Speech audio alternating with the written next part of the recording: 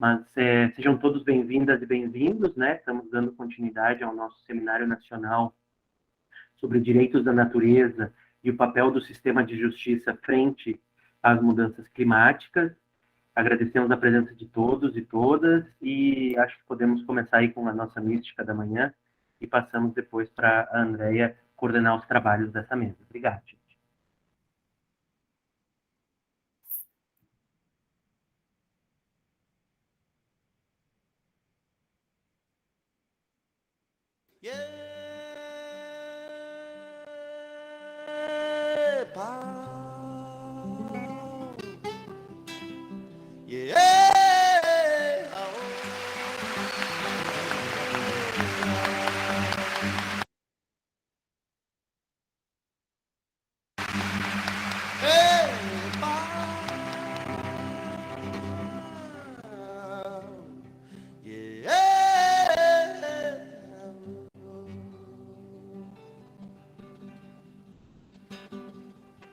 Cipó caboclo tá subindo na virola.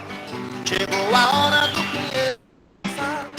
Senti o cheiro do mato da imburana. Descansar, morrer de sono na sombra da barriguda.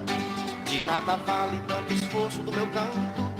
Pra nosso espanto, tanta mata haja, vão matar. Da Mata Atlântica e a próxima Amazônica. Arvoredos seculares, impossível replantar. Que triste sina teve cedro, nosso primo. Desde menino que eu nem gosto de falar. Depois de tanto sofrimento, seu destino virou tamborete, mesa, cadeira, balcão de bar. Quem por acaso ouviu falar da sucupira, parece até mentira que o jacarandá, antes de virar poltrona, porta-armário, morar no dicionário, vida eterna, milenar.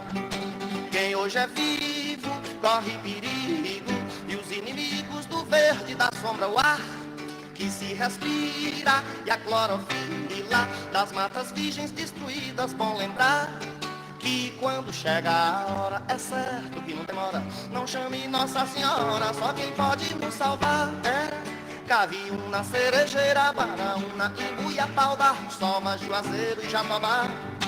Gonçalo Alves, Paraíba, Itaúba, Louride, Paragaúba, Peroba, Massaranduba, Carvalho, Mogno, Canela, Induzeiro, Catuaba, Janaúba, Aroeira, Araribá, Pau-Ferro, Angico, Amargoso, Gamileira, Andiroba, Copaíba, Pau-Brasil, Jiquitibá. Cipó caboclo tá subindo na virola.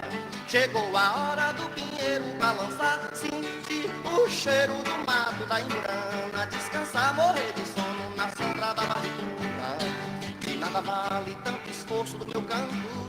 Pra nosso espanto, tanta mata haja, vão matar. Da Mata Atlântica e a próxima Amazônica. Arvoredos seculares, impossível replantar. Que triste sina teve cedro, nosso primo. Desde menino que eu nem gosto de falar. Depois de tanto sofrimento, seu destino virou tamborete, mesa, cadeira, balcão de bar. Quem por acaso ouviu falar da sucupira, parece até mentira que o jacarandá, antes de virar poltrona, porta-armário, morar no dicionário, vida eterna, milenar. Quem hoje é vivo, corre perigo, e os inimigos do verde da sombra, o ar que se respira, e a clorofila das matas virgens destruídas. Bom lembrar que quando chega a hora, é certo que não demora. Não chame Nossa Senhora, só quem pode nos salvar é Caviúna, Cerejeira, Baraúna, Imbuiapau, da Soma, Juazeiro e Jatobá. Gonçalo Alves, Paraíba, Itaúba, Louride, Paragaúba, Peroba, Massaranduba, Carvalho, Mogno, Canela, Induzeiro, Catuaba, Janaúba, Aroeira, Araribá, Pau-Ferro, Angico, Amargoso, Gamileira, Andiroba, Copaíba, Pau-Brasil, Jiquitibá. Quem hoje é vivo, corre perigo.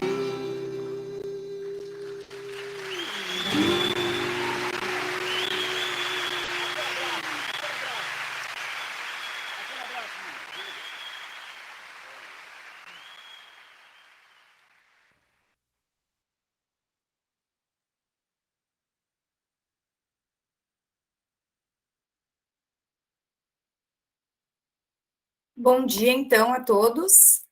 É um grande prazer, então, estar aqui com esses palestrantes de renome e todos aqueles que estão nos apoiando, a FESDEP, a JD, Instituto Preservar. Então, vamos dar continuidade ao Seminário Nacional, né, Direitos da Natureza e o papel do sistema de justiça frente às mudanças climáticas. Então, hoje, nessa manhã de domingo, nós iniciaremos a mesa 3, sobre a litigância estratégica socioambiental e a incidência no sistema de justiça. Primeiramente, eu gostaria de me apresentar de uma forma breve. Eu serei a mediadora dessa mesa. Meu nome é Andréia Filianotti Gasparini, sou defensora pública do Estado do Rio Grande do Sul e faço parte do Núcleo de Defesa Ambiental da Defensoria. A minha tese de dissertação de mestrado aqui na UFES foi sobre as novas perspectivas de atuação da Defensoria Pública Estadual, os rumos da tutela ambiental no Estado do Rio Grande do Sul. Então, esse seminário e esse tema em especial será de enorme valia para nós, defensores públicos, né? E tenho certeza que para todos aqueles que estão nos assistindo. Eu gostaria, então, de agradecer, né, tanto o convite da FESDEP, da nossa ouvidora Marina Derman, o professor Emiliano, enfim, todos aqueles que estão organizando esse belo evento. E gostaria, então, de agradecer principalmente aos nossos palestrantes de hoje, né? E iniciar, então, com o professor Dr. Carlos Marés, né? Dr. Carlos Frederico Marés de Souza Filho, o nosso primeiro palestrante. Doutor, eu gostaria, então, que o senhor iniciasse a fala da manhã de hoje, tá? E aí pensei, como o senhor é muito afeto a essa questão dos direitos da natureza, né? Que o senhor falasse um pouco sobre essa questão, então, dos direitos da natureza e dessa questão da justiça socioambiental. Antes de mais nada, eu gostaria também de apenas apresentar o professor Carlos Marés, para quem não conhece, que eu acho raro para quem estuda o tema, porque ele é uma pessoa extremamente qualificada, conhecida e muito combativa nessa questão do socioambiental. O professor Carlos Marés é advogado, mestre e doutor pela Universidade Federal do Paraná, é professor e integra o programa de mestrado e doutorado da PUC do Paraná, além de liderar diversos grupos de pesquisa na área ambiental. O professor Marés exerceu cargos públicos muito importantes, foi membro da IBAP, APRODAP, IPDMS, CPDIS, todos da área socioambiental, e sócio fundador do Instituto Socioambiental, o ISA. O professor é autor de vários livros, dentre eles O Patrimônio Cultural e Sua Proteção Jurídica, O Renascer dos Povos Indígenas para o Direito, A Função Social da Terra, Espaços Territoriais Protegidos e Unidades de Conservação, A Liberdade e Outros Direitos, Ensaios Socioambientais. Uma curiosidade, né, e mais uma questão que agrega muito no currículo do professor, ele foi exilado político do Uruguai, do Chile, da Dinamarca e de São Tomé e Príncipe, na África, de 1970 a 1979, né, professor? Então, eu gostaria, professor, que o senhor iniciasse a fala sobre os direitos da natureza e de que forma que tem havido essa litigância estratégica socioambiental no sistema de justiça, né? Que discorresse, então, a partir de toda a sua experiência, a questão da justiça socioambiental. Por favor. Muito bom dia, Andréia, muito obrigado pela apresentação. E eu acho que a gente iniciar esta conversa com os dois, o advogado e a advogada Fernando Priossi e Nayara Bittencourt, é quase um abuso de minha parte, não é? Porque realmente Fernando e Nayara são dois advogados que incorporam essa perspectiva muito presente, muito atual, mas construída durante muitos séculos. Eu diria séculos porque eu penso no século, o início do século, o início dessa advocacia popular no século XIX, Mas então é o fruto hoje, no século XX, essa reflexão que se tem sobre como proteger direitos que não são protegidos pelo sistema jurídico tradicional, pelo sistema jurídico moderno, capitalista, que são fundamentalmente os direitos das sociedades não hegemônicas e da natureza. E esses dois advogados e advogada que temos aqui hoje são realmente representantes muito, muito importantes dessa atual situação, que é muito melhor do que era no começo, no século XIX. Pois bem, Andréia, você me pede para iniciar a conversa sobre os direitos da natureza, e eu queria dizer assim, a modernidade, principalmente a modernidade capitalista, na sua formação jurídica, que é a estruturação da sociedade, ou seja, a sociedade se estrutura a partir das normas jurídicas que foram estabelecidas, principalmente a partir do século XIX, excluiu a natureza. Excluiu a natureza e os direitos da natureza. E excluiu os povos também, excluiu os coletivos.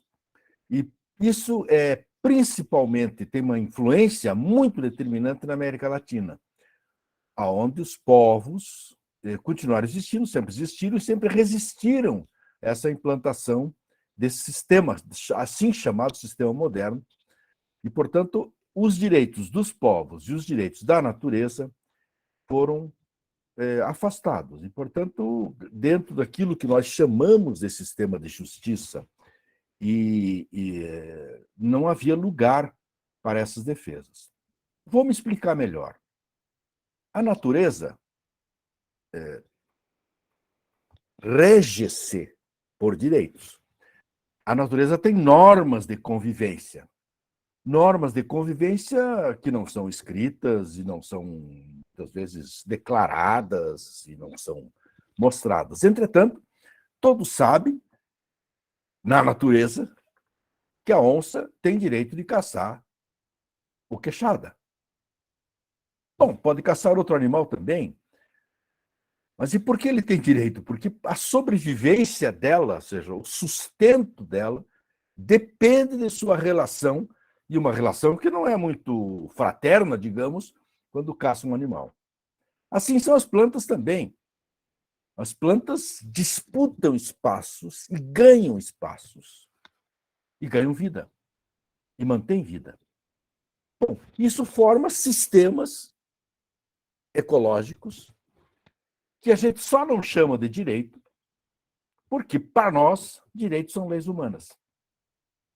Mas são leis internas da natureza. E, mais grave ainda, o ser humano viola essas leis permanente e constantemente, fazendo leis que invertem essas leis da natureza. Pois bem, dito isso, está claro que essas leis da natureza não podem ser arguidas nos tribunais humanos. Estão fora dos tribunais humanos. Mas as sociedades não hegemônicas também se regem por leis internas, que nem sempre são explicitadas, mas são conhecidas e praticadas. E essas leis internas também são violadas pelas normas jurídicas estabelecidas pela modernidade capitalista. E, portanto, nós, daqui da sociedade hegemônica, não podemos arguir em juízo fundado nos direitos daquelas sociedades. Exatamente porque o direito daqui tem normas que são cogentes e que implicam na violação das normas internas das sociedades. Portanto, nós temos um direito que aparta, exclui, afasta a natureza e as sociedades. Afasta outras coisas também. Afasta mais do que a natureza e a sociedade. Afasta os que não estão integrados no processo produtivo, portanto, os pobres que não estão integrados no processo produtivo, afasta as mulheres, afasta, por questões raciais, aqueles que não têm a pele hegemonicamente pensada, afasta as questões de sexo, gênero, etc. Portanto, há muito mais afastamento do que a natureza e os povos.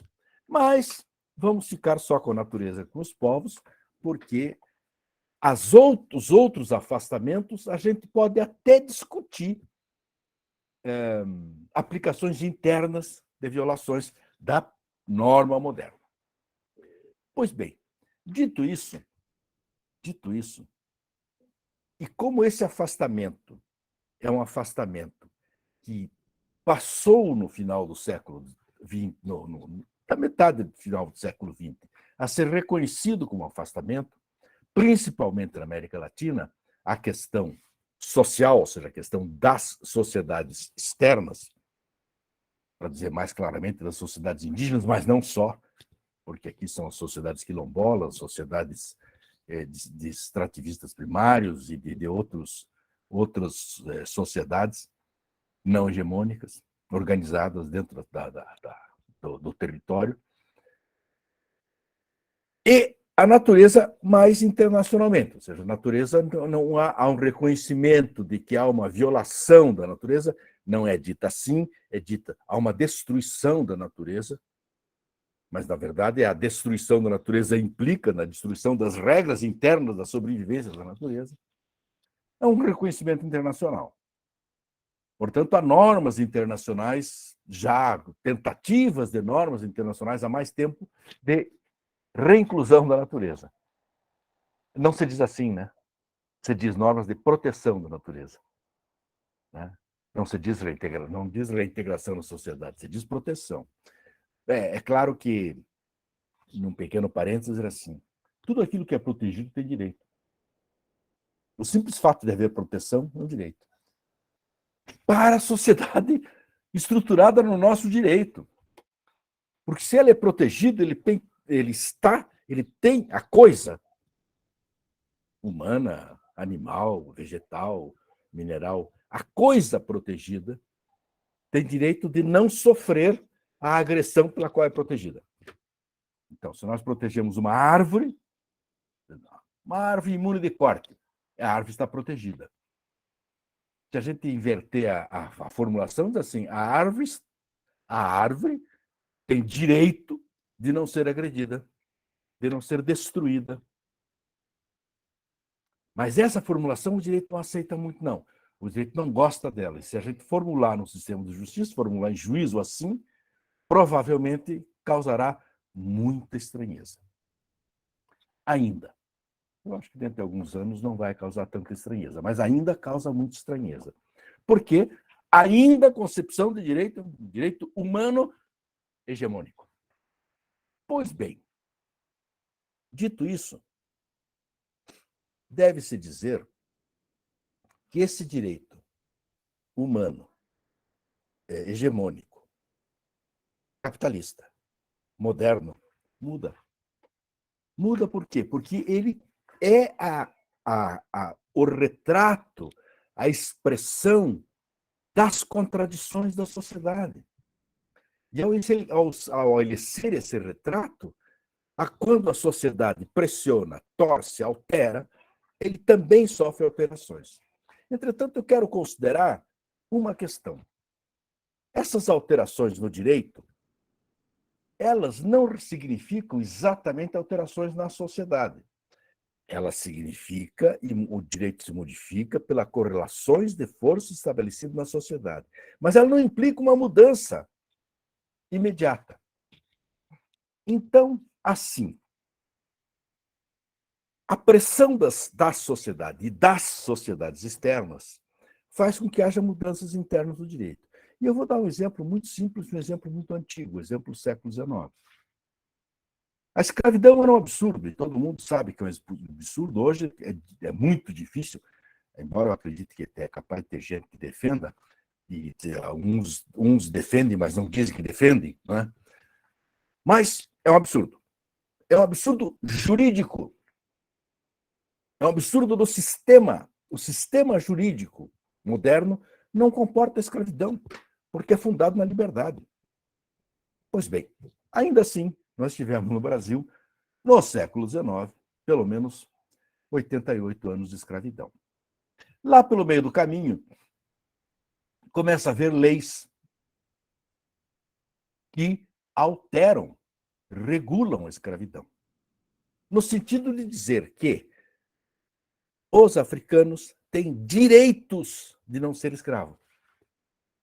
O primeiro é o clássico de 1831, de dizer que aqueles que os africanos que entrassem no Brasil seriam livres. 31. Ninguém deu bola para essa lei. Mas a lei é uma modificação no sistema. Se nós, juristas, analisamos o sistema, nós dizemos assim, não, peraí. Não é assim, porque os africanos que entrassem no Brasil a partir de 31 não seriam escravos. Continuavam sendo. A lei não era aplicada. Tanto é que ganhou a expressão de a lei para inglês ver. Né? É aí que nasce essa expressão. É nessa lei, exatamente essa lei.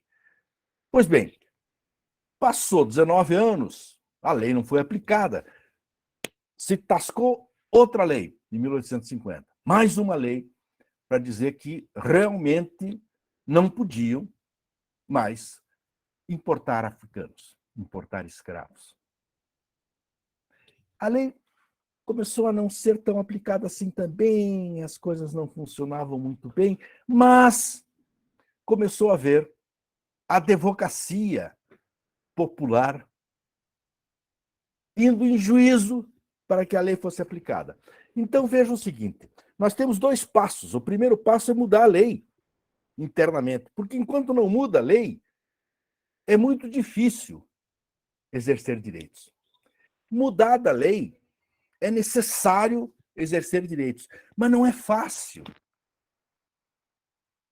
Então, por isso que eu me referi aos advogados populares do século XIX, obviamente, estou me referindo a Luiz Gama como nosso exemplo máximo, né? Nosso pai criador, digamos assim, da advocacia popular. Tinha que ir em juízo e perdia. Esse que é o pior. Portanto, no judiciário, não havia uma compreensão tão clara de que simplesmente o fato da pessoa ter vindo depois de 1850 ou 1831 não podiam ser escravizados. E pior do que isso, havia nuances. Como se prova? Como é que constitui a prova? Então, o formalismo jurídico acabava dando mais dificuldade ainda para a aplicação daquela norma libertária. Essa historinha todo mundo conhece, é uma história relativamente conhecida, mas o que eu tento resgatar é isso. É necessário mudar a lei e é necessário fazer com que a lei funcione. Às vezes a lei funciona sem o judiciário. Simplesmente ela é respeitada pelo poder público, pelas corporações, etc. E o judiciário aguarda a violação. Às vezes ela não é respeitada e é necessário que não aguardar a violação, mas ir antes da violação ou junto com a violação, buscar que o judiciário conserte a aplicação da lei, imponha a aplicação da lei. Esses três passos, criar a norma, aplicar a norma e fazer com que o judiciário coíba as violações ou a aplicação da norma, são três passos que dependem de pessoas, dependem de gentes. Então, quando nós falamos em natureza, muito especialmente, nós temos que as normas aparecem, vão sendo colocadas, mas é preciso que gentes façam com que elas se executem. E essas gentes, no limite, somos nós, os advogados, porque temos que ir a juízo. Claro que no Brasil nós temos a sorte de que em 88 se criou o Ministério Público com algumas funções parecidas a isso, e depois se criou a Defensoria Pública com funções ainda mais parecidas a isso. Entretanto, há uma distância muito grande entre as instituições estatais e as suas possibilidades de ação e a ação daqueles que têm seus direitos violados, indígenas ou natureza, quilombolas ou natureza. Por que há uma diferença, uma distância muito grande? Há uma distância, e nem às vezes não é muito grande, mas há uma diferença da atuação. Porque só quem sabe que tem o seu direito violado é capaz de entender a dimensão inteira do direito violado. E as instituições estatais têm que aguardar, ou elas procuram essa e veem nebulosamente essas violações, ou têm que aguardar a ação dos indivíduos dos indivíduos e da natureza que têm a sua ação violada, manifestarem-se. Por isso, eu saúdo muito grandemente, no fim do século XX, muito especialmente no século XXI, o grande crescimento das organizações, dos indivíduos, das advogadas e dos advogados, que foram se formando com a finalidade de promover essas ações que a gente pode chamar genericamente de ações populares. O nome não é o melhor nome do mundo, porque convenhamos que popular e chamar a natureza de populares é pelo menos um desvio semântico, não é? Mas no século XX houve esse crescimento. Eu comecei com o século XIX, com o grande Luiz Gama. Poderia citar inúmeros nomes no século XX, de abnegados que fizeram mais ou menos a mesma coisa. Podia citar, por exemplo, o nome do mártir, que em começo do século XX entra com habeas corpus em defesa dos camponeses do contestado. Sozinho, do nada, da sua própria cabeça, da sua própria militância, como um visionário que tenta corrigir injustiças. Mas eu queria citar apenas mais um nome que eu convivi com ele e guardo no meu coração, que é Miguel Presburger, que na metade do século XX, mais da metade para o fim do século XX, abnegadamente defendia os direitos sozinho, praticamente, com alguns companheiros, evidentemente, tem alguns advogados que trabalhavam com ele, dos camponeses. Então, essa ideia da defesa das gentes, pouco a pouco foi sendo alimentada também pela defesa da natureza, dos animais e das plantas. E aí se foi formando, muito depois de Miguel Presburger, essas associações que defendem, hoje, com redes nacionais de defensores populares e com organizações organizações não governamentais que entenderam a necessidade de terem setores jurídicos com grande dificuldade, mas setores jurídicos para fazer isso que hoje se chama litigância estratégica, que eu lá pelo final do século XX chamava de ações paradigmáticas. Mudou o nome. E talvez litigância estratégica seja muito mais elegante. Mas o começo dessa ideia de ações que põem a roda do direito pela justiça, pelos sistemas de justiça e pelo judiciário, a favor das normas que defendem povos e natureza, é praticamente a mesma. Eu encerro por aqui, agradeço imensamente ao Emiliano Maldonado, a Andréa Gasparini pelo convite que me fizeram de estar aqui, e quero terminar rápido para poder ouvir Fernando e Nayara, meus grandes amigos, a quem eu dedico uma admiração muito grande. Muito obrigado. Obrigada, professor Carlos Marés, pela sua contribuição, pela aula, né? Breve, mas muito elucidativa sobre essa questão tão importante, né?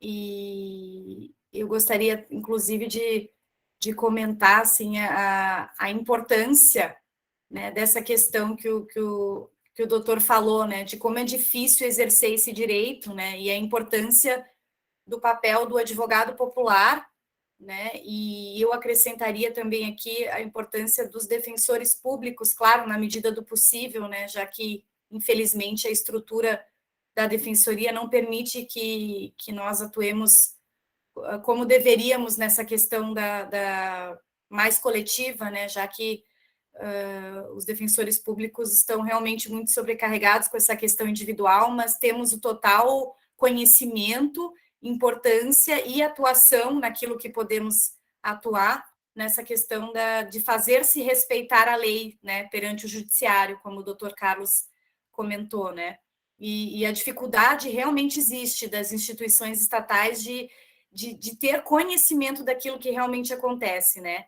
Então, daí que eu sempre reforcei na minha tese de mestrado a importância da divulgação junto às comunidades locais para que saibam, né, que existe um aparato público para receber, para ouvir e, enfim, se for o caso, para atuar, né.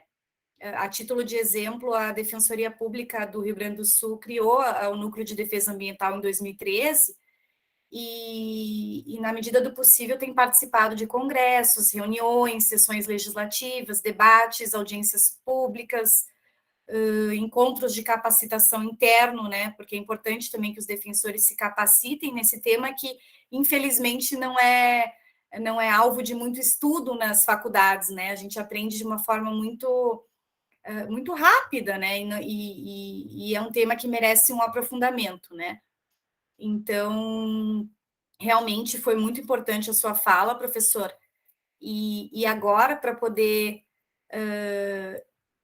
falar um pouco mais, né, de uma forma mais aprofundada, eu gostaria de chamar, então, a nossa segunda palestrante dessa manhã, né, com muito prazer que eu apresento, então, a doutora Nayara Bittencourt, e brevemente eu gostaria de colocar o seu currículo. Eu tenho feito um resumo dos currículos, porque são tão extensos que realmente acho que a gente ocuparia a manhã inteira só para falar do currículo de cada um, né?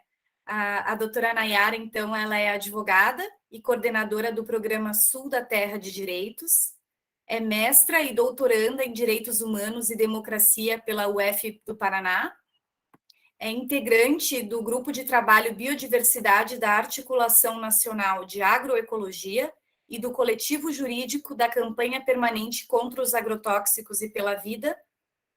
Para quem não conhece, a Terra de Direitos é uma organização de direitos humanos que atua na defesa, na promoção e na efetivação dos direitos, especialmente os econômicos, sociais e culturais e ambientais. É baseada em 4 eixos: a terra, o território e a justiça espacial, política e cultura dos direitos humanos, biodiversidade e soberania alimentar e democratização da justiça. Tá? Então, na advocacia popular, a organização trabalha com demandas coletivas e comunitárias, em parceria com os movimentos sociais populares. Então, a partir desse breve currículo, doutora Nayara, eu gostaria que a doutora falasse, então, um pouquinho sobre como tem sido a sua militância, especialmente nessa área, na campanha contra os agrotóxicos, que tem sido muito estudada, né, pela doutora, e de que forma que tem havido uma litigância estratégica socioambiental no sistema de justiça, tá? E aí eu gostaria também que a doutora falasse, já que um dos eixos da Organização Terra de Direitos é a soberania alimentar, de que forma, então, que é possível garantir essa soberania e de que forma que o tema tem sido debatido judicialmente, tá? E uma outra questão que foi também colocada pelo professor Marés, né? Como é que a sociedade civil tem conhecimento sobre um determinado tema, se é feito um trabalho de educação em direitos em relação ao tema, e como é que é esse engajamento e a parceria com a população que de fato é atingida, principalmente a questão dos agrotóxicos, que atinge a todos nós. Então, a palavra, professora Nayara. Bom dia a todas, bom dia a todos. Agradeço em especial ao André Emiliano pelo convite de estar aqui, e já adianto que estou aqui na condição de aprendiz, porque tanto o professor Marés quanto o Fernando são, né, grandes mestres. O professor Marés, especialmente na teoria crítica do direito socioambiental, e o Fernando, meu mestre na advocacia popular. Ele sabe disso, não é puxar saco de nenhum deles, mas realmente é um reconhecimento público do quanto eu me coloco aqui na condição de aprendiz, de falar entre eles. Bom, eu fiz uma breve apresentação que eu acho que vai dialogar um pouco com as perguntas que você colocou, Andréia. Só um minuto que eu vou compartilhar aqui a guia. E acho que agora vocês devem estar já carregando. Olhando. Bom, eu dividi a fala em 3 eixos. A primeira é sobre, uma questão mais estrutural sobre agrotóxicos, transgênicos, mas especialmente agrotóxicos, entendendo que, nesse capitalismo dependente brasileiro, os agrotóxicos é uma pauta, né? Enfim, a violação de direitos humanos, de direitos da natureza causada pelo uso excessivo e pelas trocas desiguais desses produtos, né, dos agrotóxicos, eles são um eixo central do capitalismo dependente brasileiro. E por isso que organizações de direitos humanos, como a Terra Direitos, outras organizações, né, a sociedade civil, os movimentos sociais, também estão colocando esse debate numa centralidade da luta política e jurídica. Então, era um pouco uma primeira parte. Uma segunda parte mais, que até o Fernando a gente já dialogou sobre isso, que é como a Terra de Direitos lê também como fazer um litígio estratégico, né? O que a gente tem lido em alguns casos que a gente tem trabalhado sobre como fazer esse litígio. E o último, mais um caso concreto, eu prometo ser rápida, mas sobre como o sistema de justiça, a partir de um caso concreto, né, que é da isenção fiscal dos agrotóxicos, tem lido esse debate. Esse primeiro slide, então, portanto, o professor Maré já contextualizou, né, mas no sentido de entender por que os agrotóxicos, ou esse sistema produtivo, né, esse capitalismo tóxico dependente, de que a gente tem chamado, ele está na centralidade do debate político, né? Ele está no eixo dessa espinha dorsal do capitalismo dependente brasileiro por essa série de fatores que o professor Marés já bem colocou, não vou me repetir, né? A desigualdade, o mito da desigualdade, da igualdade racial, a desigualdade de gênero, o controle desses recursos naturais ou dos bens comuns, enfim, né, dependendo da chave teórica, esse avanço dessas empresas transnacionais, que são elas justamente que dominam esse mercado, que nos colonizam, até como a professora Larissa Bombardi tem colocado, né, implicam num colonialismo molecular sobre os nossos corpos, sobre a nossa natureza.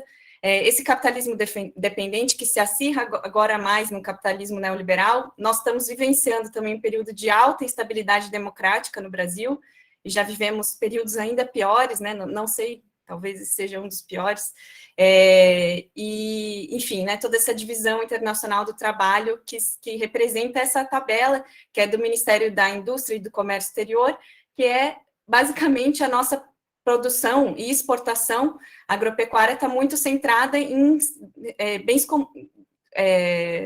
primários, né? E a gente vê a soja, né, como o grande carro-chefe da exportação brasileira. Em 2021, ela dá uma baixada e cresce a exportação de minério de ferro, mas ainda assim é a base do comércio brasileiro, a base desse capitalismo dependente ainda é calcada especialmente na produção de commodities para exportação, em especial a soja, milho, algodão, que são justamente aquelas culturas, aquelas commodities que mais utilizam agrotóxicos no Brasil. Ou seja, uma apropriação privada desses lucros e uma socialização da população para a natureza dos danos causados por essa produção e essa forma de estruturação do capitalismo dependente. E aí, só para reforçar um pouco do que eu falei, de por que a soja, né, e essas commodities são justamente a base desse sistema produtivo capitalista dependente, é que essa é uma pesquisa da Universidade Federal do Mato Grosso, né, que somente a soja, o milho e a cana, elas representam 76% de toda a área plantada no Brasil, e são justamente essas culturas que mais consomem agrotóxicos, né, correspondem a 82% de tudo que a gente consome no Brasil de agrotóxicos. São os dados de 2015, mas o cenário não muda, né? e a gente tem cerca de 5 milhões de estabelecimentos agropecuários no Brasil. Destes, 1,6 milhões declaram utilizar agrotóxicos, né? Esses são os dados do último censo. A gente tem crescido também o número de estabelecimentos rurais que utilizam agrotóxicos no Brasil em 20%. Então, de 2006 até 2017, né, os dados do censo, ainda que eles tenham alguma metodologia talvez um pouco contestável, até porque alguns dos dados são autodeclaratórios, esse número de estabelecimentos aumentou em 20% aqueles que utilizam agrotóxicos. E quando a gente percebe, eu coloquei essa tabela só porque ela vai dialogar com o caso que eu vou tratar depois, que é justamente quanto se gasta do custo de produção com agrotóxicos no Brasil. E aí a gente percebe, por exemplo, né, essas barras azuis é o número de propriedades, né, o número de estabelecimentos rurais. E ela vai numa escala, né, do lado direito aqui são propriedades muito grandes, né, propriedades com mais de 500 hectares. E na outra ponta são aquelas propriedades com menos de 1 hectare, né, e assim vai sucessivamente. E aí essa linha laranja, ela demonstra qual é a despesa que esses proprietários, né, enfim, poceiros, essas propriedades rurais têm com o custo de produção com agrotóxicos. E a gente percebe ali com a linha laranja o quanto se dá um salto no custo de produção com agrotóxicos, e as propriedades com mais de 500 hectares, elas declaram utilizar 60% do seu gasto de produção com agrotóxicos, ou seja, elas usam muito agrotóxico e pagam muito por esse agrotóxico. E aí, especialmente da soja, né, já que a gente viu ali naquele panorama justamente como a soja ocupa a maior parcela dessa commodity que é exportada, aí se tem também algumas tabelas, acho que a segunda é mais interessante, porque essa é uma segunda tabela do próprio agronegócio, eu tirei até ali do Facebook, que uma pessoa comenta, né, um planejador do agronegócio ali, e ele fala que triste o efeito do clima, porque o que demonstra essa tabela é que teve um aumento da área plantada de soja no Brasil, um aumento também vou recomeçar. Um aumento da área plantada, mas isso não significou um acompanhamento da produtividade da soja. A gente tem a menor produtividade da soja em 6 anos, ou seja, uma expansão da área plantada, uma expansão do volume de agrotóxico utilizado, ao mesmo tempo isso não acompanha, de fato, a produtividade proporcional da soja nesse período, o que significa, e ele bota ali, né, claro, na conta do clima, né, que triste o efeito do clima. Ou seja, né? E aí esse gráfico, esse mapa é bastante interessante, é da professora Larissa Bombardi, que ela tem apresentado esses mapas na União Europeia, que são pesquisas comparativas, né, Brasil e União Europeia, mas ela demonstra que o Mercosul tem a área plantada de soja o equivalente a uma França, né, ou uma Alemanha e meia, por exemplo, ou quase 2 Itálias, ou seja, a gente tem né, isso também significa um mapa desse colonialismo. E aí, quando a gente percebe quais são justamente aquelas empresas que mais exportam agrotóxicos no mundo, são aquelas que a gente já conhece bem, né? Syngenta, Bayer, BASF e Corteva estão ali no top 4 das empresas que mais exportam agrotóxicos. E esse mapa também da professora Larissa, né, são informações dela, que é um mapa dismórfico, mostra justamente quem exporta agrotóxico, esses países mais ampliados, né, em forma maior, são aqueles que mais exportam agrotóxicos. E quando a gente compara agora com os países que mais importam agrotóxicos, a gente vai voltar à diferença do Brasil ou da América Latina, né? O quanto produz de agrotóxicos e o quanto importa desses produtos aqui, o quanto esses mapas realmente se dimorfizam, né? Para mim, esses mapas da professora Larissa, eles demonstram esse colonialismo molecular. E aí, por isso, falar de litigância estratégica, por isso falar em litigância estratégica no tema de agrotóxicos, né? Entendendo que é um tema estrutural para o capitalismo dependente brasileiro, para a estrutura agrária brasileira.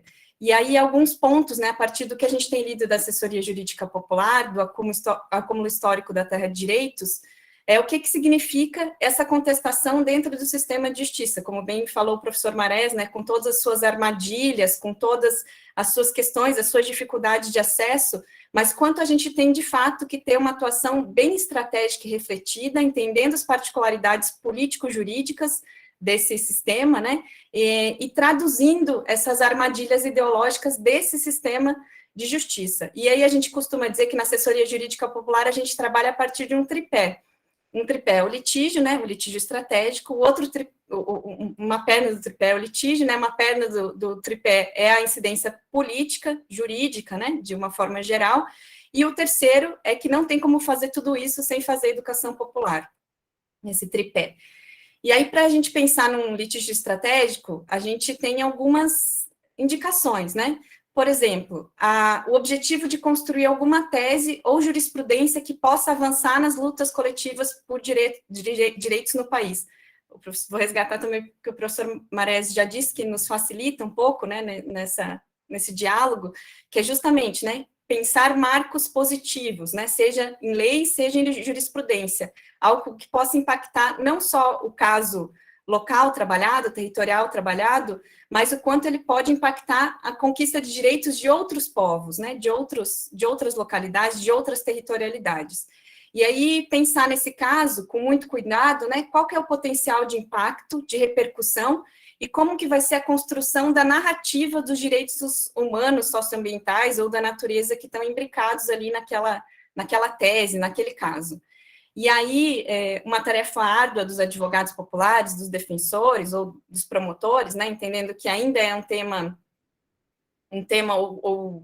que a gente ainda está aquém na garantia de direitos para esses povos, para a natureza, o quanto a gente tem que ser mais complexo no desenvolvimento dessas teses jurídicas, né, entender e aprofundar muito mais, porque a gente lida com inimigos bastante grandes, a gente viu ali nos slides anteriores quais são as maiores empresas exportadoras, quem domina também esse mercado bastante forte, nacional e internacional.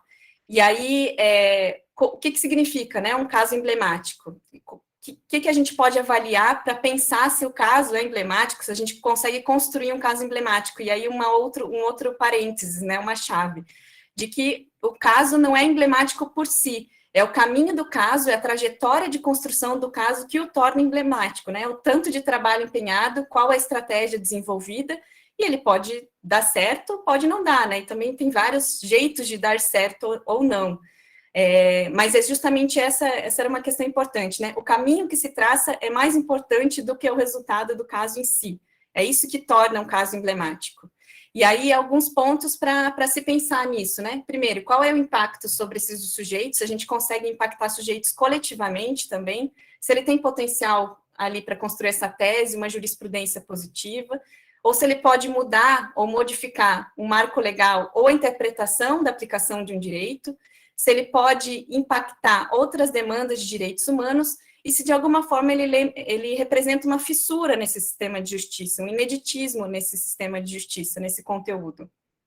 E aí alguns passos, né, que é importante para os advogados, defensores, pensarem como que se traça um caminho, né, se a importância do caso é justamente seu caminho, o que a gente pode pensar para tentar antecipar algumas situações. A primeira questão é que a gente tem entendido cada vez mais o papel da comunicação popular e da comunicação estratégica para dar impacto, né, para dar potencialidade a esses casos. Então, estratégia de visibilidade, de educação popular, de pressão popular, não adianta a gente tem visto cada vez mais isso, né, não adianta a gente judicializar um caso sem trabalhar politicamente e trazer uma pressão política para o caso, né, política e de comunicação, a gente tem que entender buscar esses aliados, né?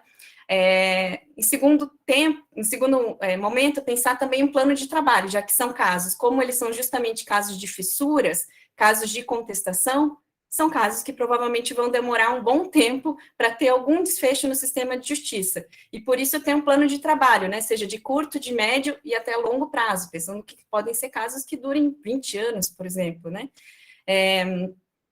Uma incidência política bastante grande em várias frentes, não somente no sistema de justiça do Poder Judiciário, né, mas como é que a gente também vai incidindo politicamente no tema, também no Poder Executivo ou no Legislativo, para conquistar direitos ou para construir avanços.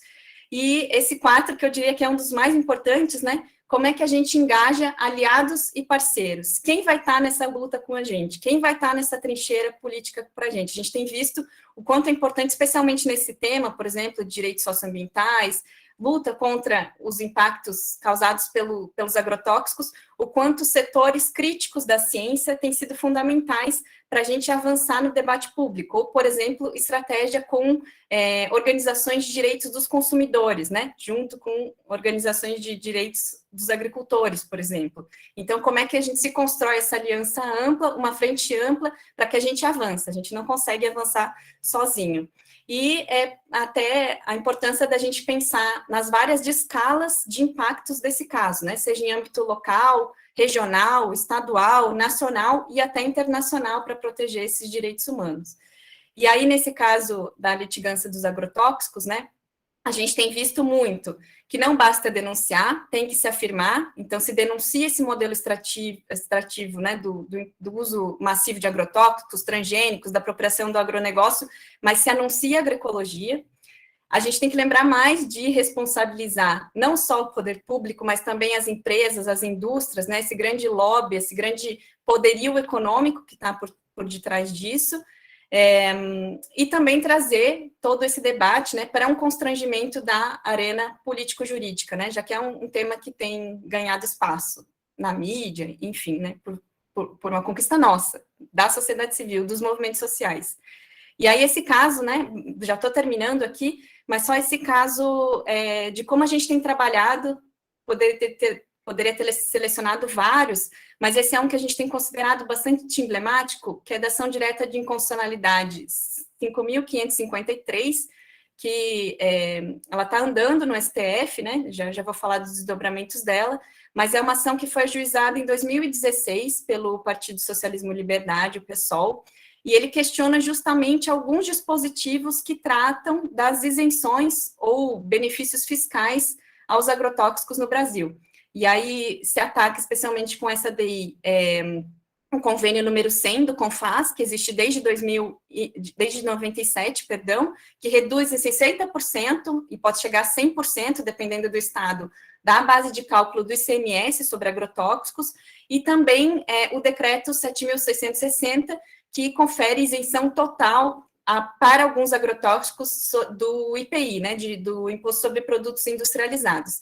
E aí essa ação é bastante interessante e a gente percebe que ela auxiliou para a gente pensar de que havia uma compreensão social anterior sobre o tema e posterior ao ajuizamento da ação. Não quer dizer que a ação, enfim, ela foi simultânea a várias ações, mas ela também, por meio do sistema de justiça, por meio de uma provocação judicial, possibilitou um desvelamento político de algo que ainda se sabia pouco, né? Não se sabia muito de que a gente tinha um sistema de isenções fiscais, de benefícios fiscais dos agrotóxicos. Isso foi sendo trabalhado justamente também com o impulsionamento dessa ação judicial, né? Então, trabalhando nessas várias escalas. E é só pensar, né, que nessa ação direta de inconstitucionalidade, qual que é a repercussão, pensando nesses sujeitos envolvidos, né? Eu coloquei de litigantes, entre aspas, porque, na verdade, são amicus curiae, né? Amici curiae. Mas é só a gente ver quais são essas figuras, né, debatendo politicamente e judicialmente nessa seara no STF, né? Então, tem a Defensoria Pública do Estado de São Paulo, o Instituto Brasileiro de Defesa do Consumidor, a Terra de Direitos, a campanha permanente contra os agrotóxicos pela vida, que não tem CNPJ, né, não tem personalidade jurídica, é uma grande rede, e foi admitida como amicus curiae nessa ação, a Associação Brasileira de Saúde Coletiva, a Associação Brasileira de Agroecologia e a FIAM. E do outro lado, né, defendendo esses benefícios fiscais dos agrotóxicos, a ProSoja, o Sindiveg, a CNA, a FEDEArroz, a FIEP e a CropLife. Eu gosto de mostrar esse panorama de quem está dos lados, porque ele é bem significativo, né? Ele é bem representativo do que a gente está falando do embate político e econômico no país sobre o tema.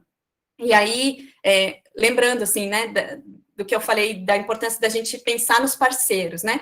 Também foi algo que se foi construindo ao longo da tramitação da ação, porque não se tinha informações de qual era o montante, de quanto o Brasil deixava de arrecadar, qual era o panorama dessas várias escalas de isenções fiscais no Brasil, e aí a gente contou com o apoio de pesquisadores da economia e da área da saúde e meio ambiente que demonstram, né, especialmente externalidades impactadas à população brasileira e à natureza, ou seja, externalidades negativas, né, aquilo que se deixa de arrecadar, mas não só o que se deixa de arrecadar, mas como aquilo que também se impacta diretamente, né, por exemplo, no Sistema Único de Saúde, na recuperação ambiental, ou seja, uma externalidade negativa, mas também esse panorama aqui do que se deixa de arrecadar, que passou a ser um número de comunicação bastante interessante, né, que chega aí aos 10 bilhões de reais por ano que o Brasil deixaria de arrecadar por ano com as isenções fiscais desse produto, que são dados coletados por pesquisadores da Associação Brasileira de Estudos em Saúde Coletiva. E aí, falando das externalidades, né, pensando aqui no estado que eu e o professor Marés estamos, o Fernando vai e volta, né, Fernando? Mas é que o Paraná, também são dados da Fiocruz, para cada gasto que se utiliza na compra de agrotóxicos, 1,28 dólares são gerados em custos externos somente com tratamento de saúde decorrentes de intoxicações agudas, né? Aquelas intoxicações que acontecem imediatamente após uma aplicação, rápidas. Não, a gente não está falando de intoxicações crônicas ou cânceres, malformações, né? Isso não está nesse cálculo. Só está no cálculo quanto o Brasil tem, o Paraná, nesse caso, né, que foi o recorte feito pelos pesquisadores, o Paraná tem gasto no Sistema Único de Saúde com tratamento de intoxicações agudas. Ou seja, o impacto, né, ainda é muito maior do que aquela conta ali dos 10 bilhões de dólares. E aí, de reais, desculpa. E o que eu ia mencionar, assim, do que se foi feito nessa ação que pode ajudar a pensar outros casos, né? Primeiro, há uma escolha interessante, né, da rede aliada de parceiros. A gente viu ali nos Amiticuri, ou organizações, mesmo que não estejam litigando, estão produzindo também informação sobre o tema, né? Então, teve uma grande ação de comunicação, com matérias, cards, tuitaços, artigos de opinião, né, em veículos de grande repercussão nacional, de impacto jurídico. Teve também uma incidência perante o STF, né, os ministros, memoriais, enfim, sustentações orais, mas especialmente teve um pedido também para que o STF fizesse uma audiência pública sobre o tema, não foi acatado, o ministro relator é o ministro Edson Fachin no tema, ele não acatou o pedido da audiência, mas ele oficiou várias organizações da sociedade civil e várias organizações científicas sobre o tema para entender mais sobre o assunto, né? Então, mesmo que organizações não litigaram, não estão ali participando ativamente do deslinde judicial, foram acionados a prestar informações, por exemplo, o CONSEA, o Conselho Nacional de Saúde, Greenpeace, WWF, foram acionados pelo ministro Edson Fachin para que prestassem informações, né? Então, teve também uma atuação um pouco mais ativa, dada a repercussão que o caso estava tendo para isso. E também se fez uma audiência pública de organizações da sociedade civil, Terra Direitos e outras organizações, com o Ministério Público Federal em Brasília, para também dar visibilidade ao tema, né? Já que o STF não faz, a gente faz. E aí também se buscou vários parceiros da ciência, né, e outros, enfim, advogados, litigantes, para trazerem um pouco desse panorama no Brasil. E aí foi interessante, né, porque também se convidou a assessoria, por exemplo, dos ministros do Supremo para assistirem à audiência, e nesse caso a gente contou com a presença de uma assessoria do ministro Edson Fachin assistindo os debates, né, porque era um debate público, um debate promovido também pelo Ministério Público Federal com organizações da sociedade civil. E também teve uma provocação até o próprio relator de resíduos tóxicos da ONU, que se manifestou no seu último relatório, entendendo, né, que o Brasil, para que avançasse até no cumprimento dos objetivos do desenvolvimento sustentável, enfim, né, deixasse de conceder essas isenções fiscais dos agrotóxicos. E aí esse caso, né, ele já foi, nossa, já passei um pouco do tempo, mas esse caso ele foi foi pautado virtualmente, né, no sistema de plenário do STF. O ministro Edson Fachin, que é o relator, essas frases que vocês estão vendo, elas decorrem ali do voto dele. Ele foi o único que proferiu o voto, e teve uma divergência do ministro Gilmar Mendes, que agora a gente está aguardando qual vai ser. Não sabemos, mas de alguma forma já teve um impacto nessa toda a movimentação a partir desse caso, na posição bastante interessante, é um voto bastante interessante do ministro relator Edson Fachin. E era um pouco assim do que eu queria compartilhar, ainda um pouco até nervosa aqui com o professor Marés e com o Fernando, mais um pouco dos caminhos que a gente tem travado aí na Terra de Direitos. Desculpa pela passada do tempo. Obrigada, doutora Nayara, pela sua contribuição.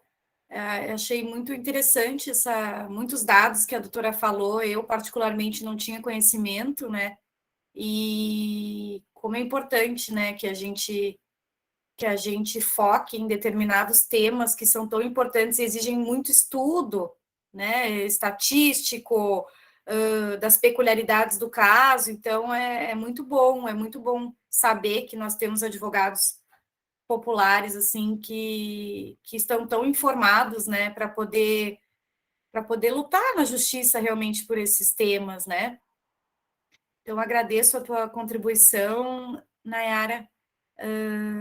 Ressalto também uma informação importante que a doutora Nayara trouxe, né, da importância do papel da comunidade, né, dessa pressão política e de comunicação, né. Não basta só a exposição das leis, né, do que está no direito, do que deve ser cumprido, mas como é importante esse papel mesmo da comunidade, e dessas pressões, né.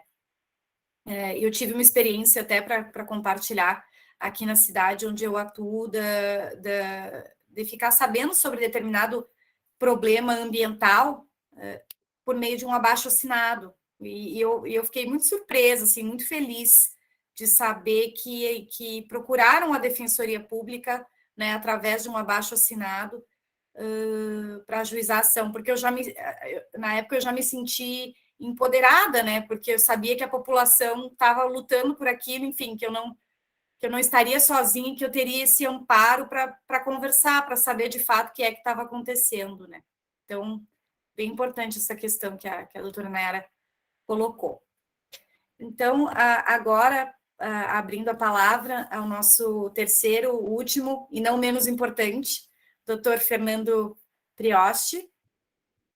Brevemente falando, o doutor Fernando, ele é advogado popular, é mestre em Direito Socioambiental e Sustentabilidade pela PUC do Paraná, é assessor jurídico popular na Organização de Direitos Humanos Terra de Direitos e é também coautor do livro Direito Constitucional Quilombola, Análise sobre a Ação Direta de Inconstitucionalidade 3239. Então, doutor Fernando, eu gostaria de lhe passar a palavra, né?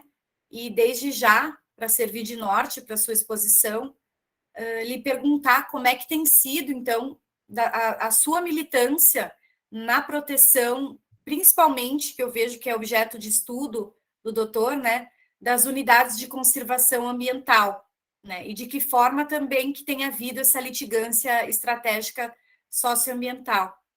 Gostaria também, se possível, que o doutor falasse, ainda que brevemente, sobre a questão da privatização no Parque Estadual do Petar, em São Paulo, né, que é uma situação bem importante ali para os paulistas, né? Eu, embora seja gaúcha de coração e more no Rio Grande do Sul, eu sou paulistana, né? E muito me afeta também essas questões ligadas a minha terra natal, né, e principalmente ao Parque Estadual do Petar, né? E também, da mesma forma que foi perguntado para a doutora Nayara, como é que tem sido esse engajamento com a sociedade civil, né, a respeito desse tema. Então, doutor Fernando Prioste, por favor. Obrigado, Andréia. Bom dia a todos e todas. Bom dia a todos e todas, inclusive os companheiros e companheiras de luta na advocacia popular que estão aqui, que são várias renapianas também, que eu fico bastante contente e feliz. Vou agradecer o convite a partir da doutora Andréia, doutora Emiliano, para estar aqui e poder compartilhar um pouco desse espaço. Também meus cumprimentos ao professor Marés, à Nayara, que são pessoas que eu aprendo muito, e aprendo não só, vamos dizer assim, do ponto de vista profissional, jurídico, mas também que me trazem elementos da vida pessoal para tentar ser hoje uma pessoa melhor do que eu fui ontem, sem sombra de dúvida. E essas duas pessoas, como o Marés e a Nayara, que são amigos e parceiras de luta, ajudam muito nessa caminhada existencial de tentar ser uma pessoa melhor no mundo, né? O debate ele é muito instigante, né? Propriamente para mim, eu acho que para quase todos nós que estamos aqui, se não todos, né? Pelos desafios que temos nesses dois temas, vamos dizer assim, relacionados às questões ambientais ou socioambientais e o poder judiciário, o sistema de justiça, né? São dois mundos, dois universos que se cruzam, mas que quase nunca dialogam efetivamente, né?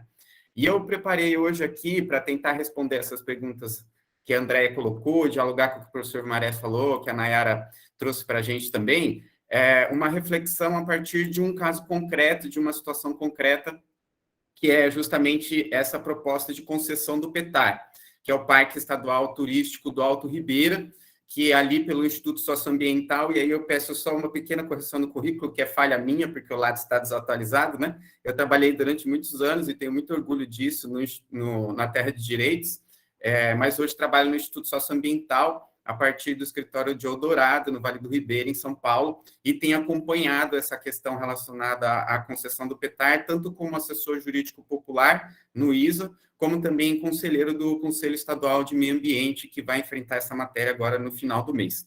E a foto que a gente vê aqui é da Casa de Pedra, que é a caverna que tem o maior pórtico, ou seja, a maior abertura do mundo conhecida, né? E ela está dentro do Parque Estadual Turístico do Alto Ribeira.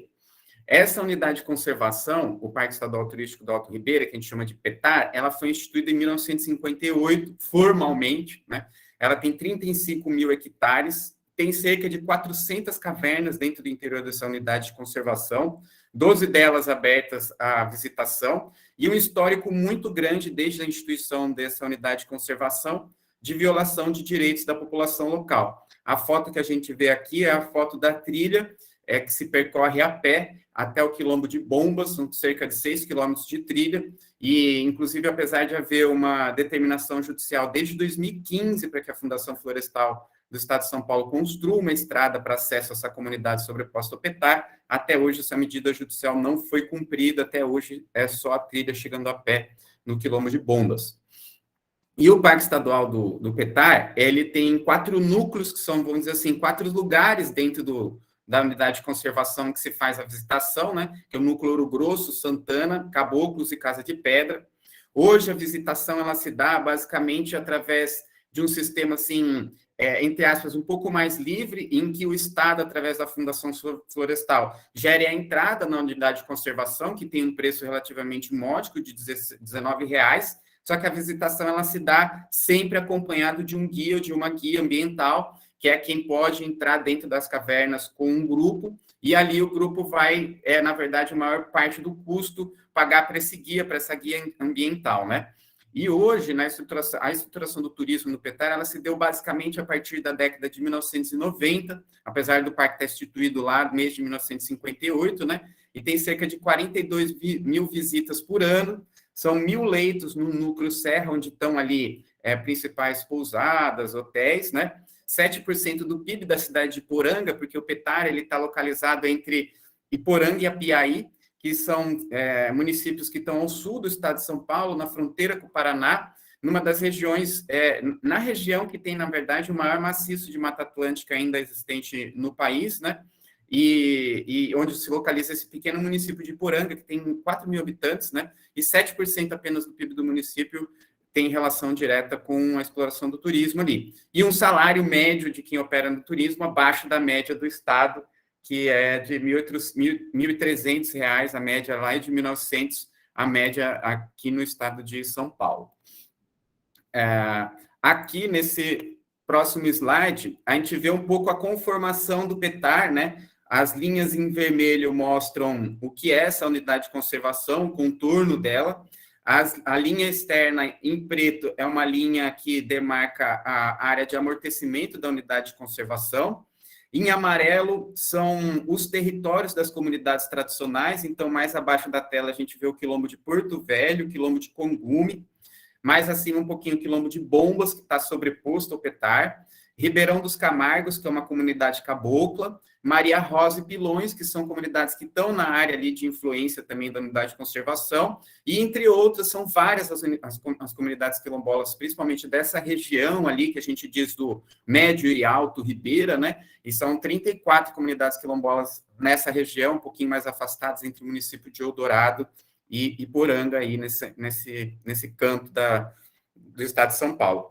Mas, antes de entrar propriamente no tema, eu queria rememorar uma passagem de um texto do professor Maresi, que ele abordou de alguma forma aqui também, que eu acredito que as unidades de conservação são instrumentos fundamentais da política ambiental, mas são instrumentos limitados a esse nosso contexto, né? E nesse texto do professor Maresi, que se chama de Como a Modernidade Expulsou, né? Como a natureza foi expulsa da modernidade, o Davi Copenau, o professor Maresi explicita uma passagem do Davi Copenau, visitando um zoológico aqui em Curitiba, que diz assim, olha, vocês criam esses espaços como o zoológico, como as áreas protegidas, vocês brancos, né, para poder destruir todo o resto, né? Essa política de unidade de conservação, ela é importante no que a gente vive hoje, mas ela também é uma demonstração de que a gente é ineficaz como sociedade hegemônica, para dizer assim, nossa forma de viver pode estar integrada ao ponto de que não precisamos preservar um espaço para destruir todo o resto, né? Então, ainda que seja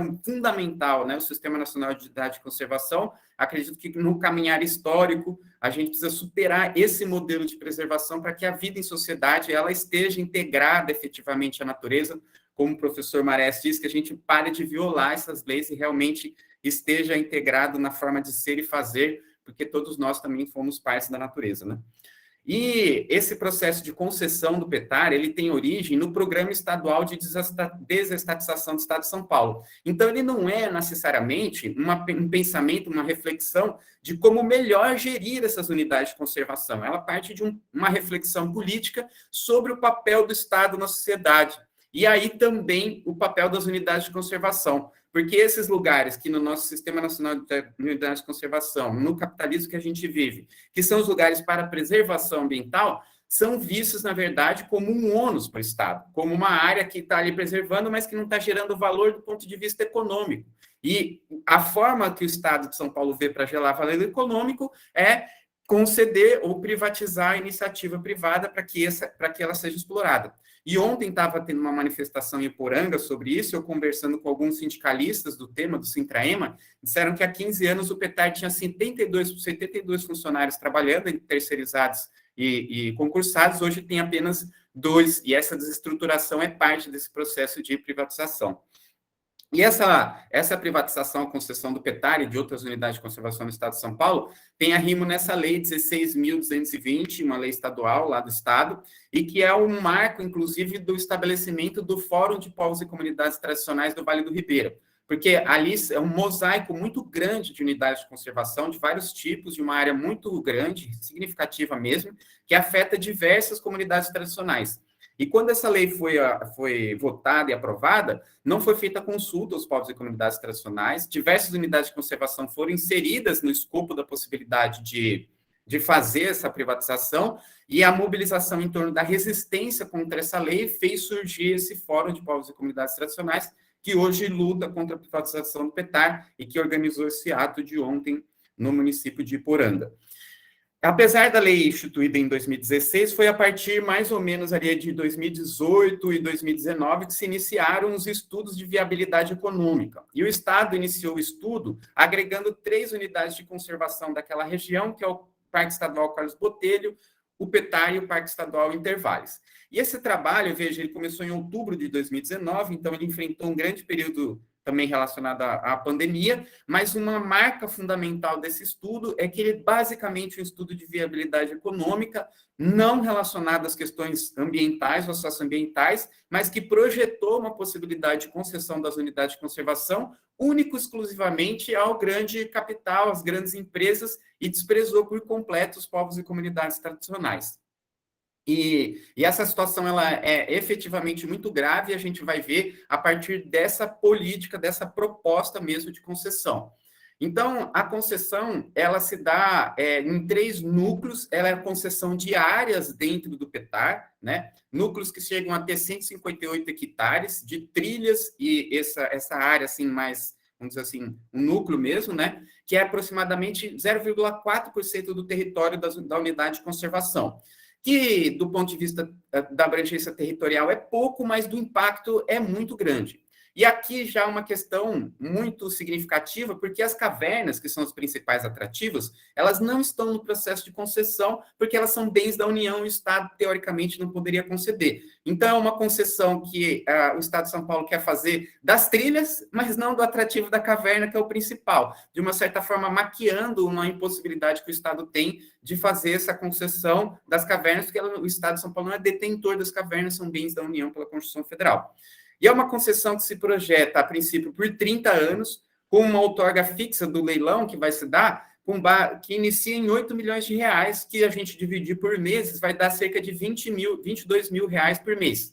É um valor significativamente alto para impedir que as comunidades tradicionais sejam protagonistas nesse processo e muito baixo para que uma empresa transnacional efetivamente participe desse processo. Eu não tenho dúvida que não vai ser, não seria fora de se pensar a possibilidade de, por exemplo, o aluguel da estrutura dessa empresa que vai ter a concessão do PETAR tem um valor inferior ao que deveria ser pago, vamos dizer assim, dividindo por mês para a concessão do PETAR nesse valor de 8 milhões de reais. E a proposta é de baixo encargo estrutural, ou seja, essa empresa teria baixo custo para operar, ela não teria nenhuma responsabilidade com a conservação ambiental, por exemplo, né? Só o custo da viabilidade da operação mesmo, tem que limpar trilho, tem que fazer estacionamento, tem que cuidar da guarita, são custos assim mínimos, né? Tem uma proposta também de construção de um hotel dentro de um desses núcleos, do núcleo Caboclos, que apesar de o entorno, inclusive os médios e pequenos empresários, terem demandas de construção, inclusive às vezes de reforma de casas de populações tradicionais, são impedidos pela Fundação Florestal, a Fundação Florestal impõe que essa concessionária construa um hotel dentro da área mais preservada do núcleo Caboclos em 36 meses, né? E como eu havia dito, dessa empresa que pleiteia, não é exigida nenhuma experiência no campo socioambiental. Ela precisa, por exemplo, ter experiência na administração de shoppings, mas não relacionadas à unidade de conservação, né? E, por último, esse estudo que foi feito pela empresa da Geal Brasilis, né, contratada pelo Estado de São Paulo, não escutou absolutamente ninguém na região. Foi feita uma pesquisa por telefone, aleatória, e uma visitação em um fim de semana para pesquisar ou dialogar pontualmente com algumas pessoas de lá, mas não foi feito diálogo com ninguém. É uma modalidade de concessão em que todos os atrativos são monopolizados por uma só empresa, ou seja, não tem diversidade na exploração desses atrativos econômicos, né? E a única exclusão é do núcleo Clase de Pedra, porque tem uma restrição lá jurídica, especificamente essa caverna, por um acidente que teve alguns anos atrás lá, com fatalidades, mortes de pessoas, né? E também esse modelo de concessão, ele apresenta a possibilidade de instituir novos atrativos, visitas a cachoeiras, trilhas, cavernas, que até hoje são vedadas aos atores locais, seja as comunidades tradicionais ou quem opera o turismo lá, sem ser comunidade tradicional, né? Também, hoje, esses guias que fazem a visitação, eles são autônomos, eles não são necessariamente vinculados a uma agência de turismo, a pousada, ou nada disso. Eles são autônomos, a gigantesca maioria, mas a empresa ela terá direito de contratar guias, ou seja, vai atingir diretamente essa forma de organização desses guias, e que são pessoas que têm muita ligação local, a grande parte dos guias, se não todos, são pessoas da região, né? E a empresa também teria liberdade tarifária, ou seja, ela poderia cobrar o ingresso que ela quisesse, o valor que ela quisesse, e o que a gente vê é que vai ser um turismo que vai excluir ainda mais a população de baixa renda e trazer um turismo, vamos dizer assim, elitizado para essa região, né? E a projeção da Fundação Florestal é que salte de hoje 42 mil turistas anos para 100 mil turistas ano durante esse projeto de concessão.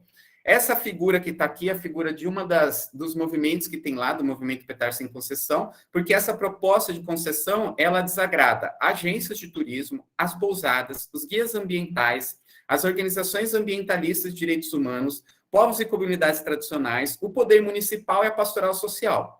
Mas por mais que incomode todos esses setores, ou quase todos os setores econômicos ali da região, são atores e atrizes que têm visões diferentes sobre a concessão do PETAR, embora todos e todas em oposição a esse modelo de concessão, né?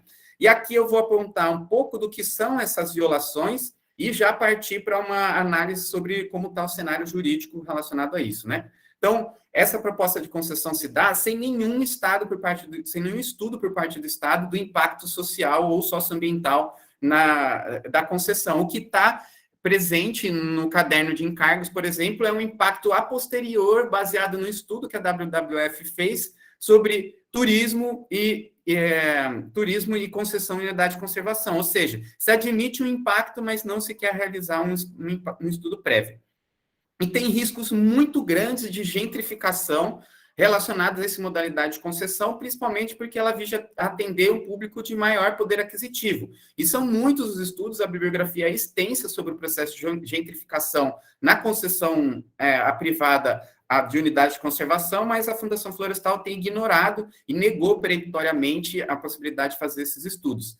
Também está se dando esse processo sem consulta livre e prévia informada às comunidades afetadas, apesar da Fundação Florestal ter um discurso afinado, dizendo, olha, nós reconhecemos o direito à consulta, o direito à consulta não é o direito da audiência pública, nós queremos fazer a consulta, mas o procedimento que a Fundação Florestal adota não segue o que é o protocolo de consulta livre, prévia e informada das comunidades quilombolas do Vale do Ribeira, e muito menos o plano de consulta que é extraído desse protocolo mais geral e específico para a situação de concessão do PETAR. E mesmo o processo de escuta pública, a audiência pública que ela, por lei, imposta nesse processo de concessão, foi tumultuada, mal organizada. O Estado de São Paulo, sua representação não foi à região, ele se comprometeu a fazer uma audiência híbrida com presença física, mas só fez isso de forma online, sem escutar lá na região as comunidades, né?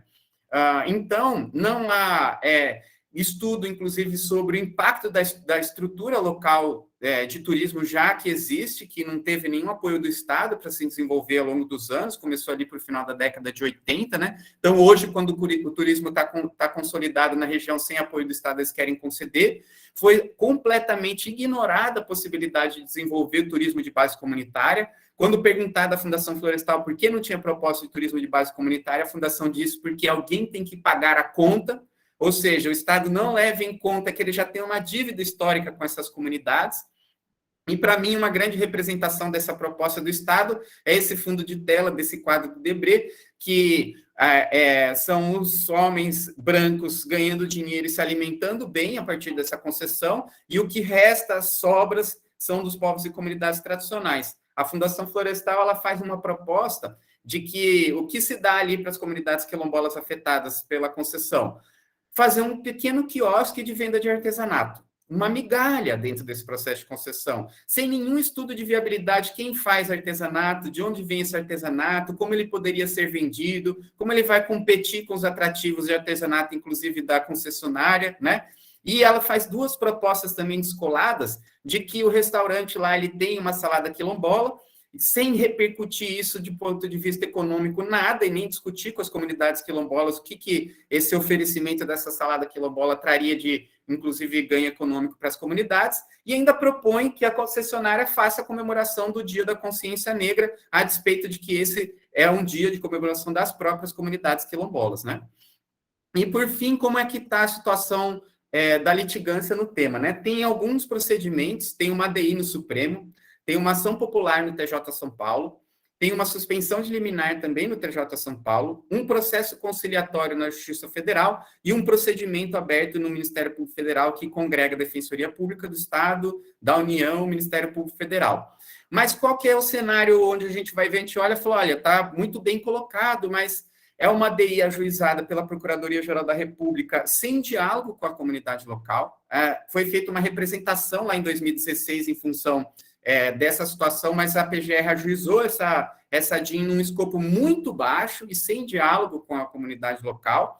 A ação popular também foi ajuizada por uma pessoa da região que tem direito de ajuizar a ação, mas que colocou como objeto da ação a consulta livre e prévia informada das comunidades tradicionais sem dialogar com as comunidades tradicionais, né? E essa ação ela teve uma liminar concedida, mas que foi logo cassada por esse instrumento que, do ponto de vista jurídico, acho que é muito questionável da suspensão de liminar, com o argumento do Tribunal de Justiça de que a liminar impediria que o Estado avançasse numa boa gestão da unidade de conservação para a população. Então, esse é o argumento da suspensão de liminar. Esse processo conciliatório judicial, que foi instaurado mês passado pela Defensoria Pública da União, que também é uma parceira no processo, mas que não dialogou com as comunidades tradicionais para ajuizar ou para iniciar esse processo conciliatório, né, pré-processual, que discute também a questão relacionada a consulta livre prévia informada, e esse procedimento no Ministério Público, que esse sim foi um procedimento aberto e instaurado pelas comunidades,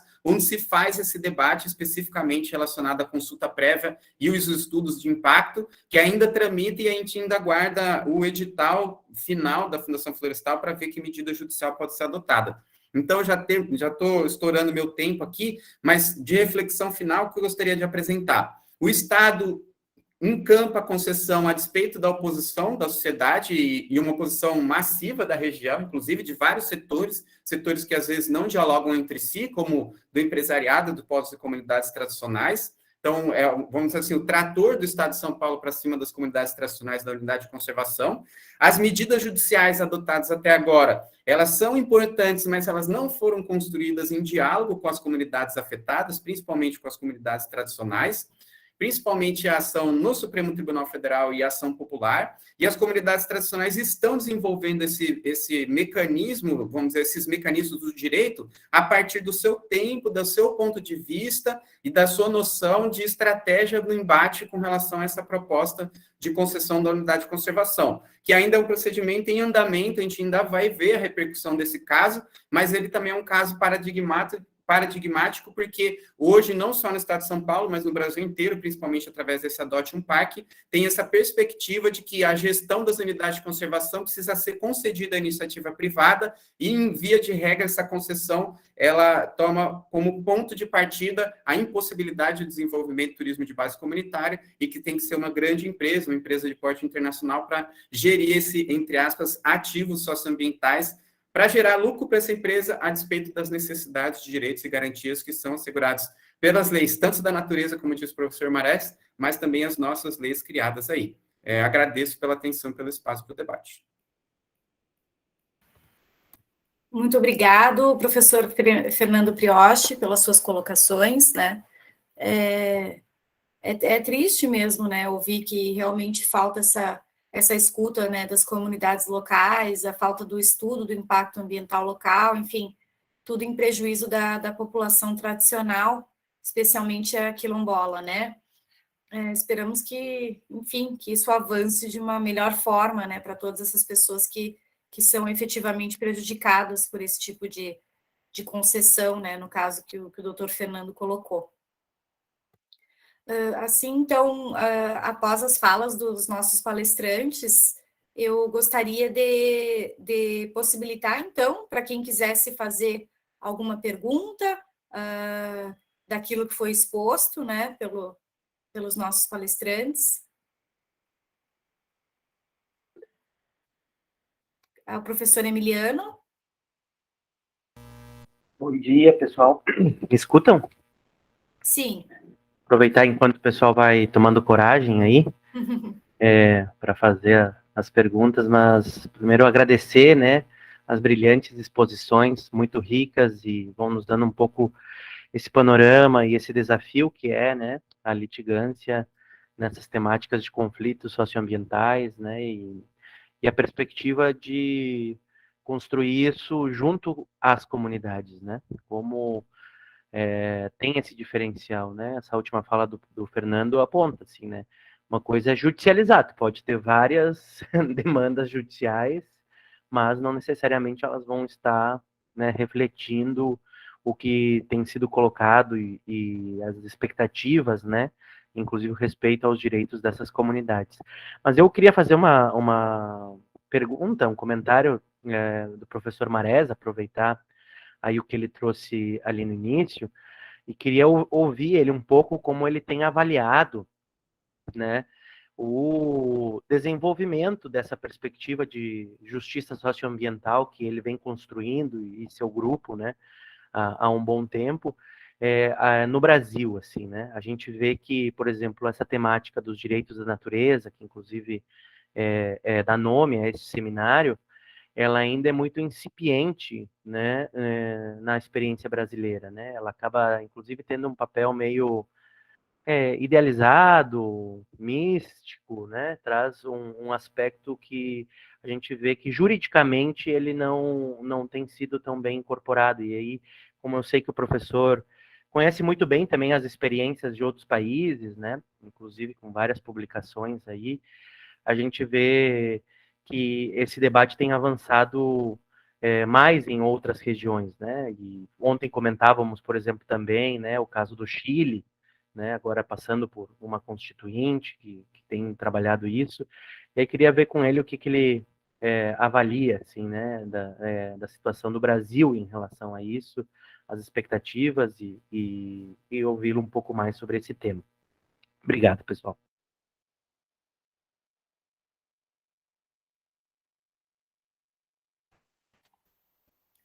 Professor Marés, nos escuta? Escuto, sim. Eu não sabia, Andréia, se eu respondia logo ou se esperava outras perguntas, como é que nós funcionaríamos. Mas, não sei. Respondo logo? Júlio, tem algo a acrescentar em relação à pergunta do professor Emiliano? Eu pensei em aproveitar a fala do professor Emiliano e já fazer uma pergunta. Claro, pode fazê-la. Também para o professor Marés, mas também para os demais, né? O Fernando Prioste e a Nayara. Bom, primeiro dizer bom dia, parabenizar pela construção do evento, né?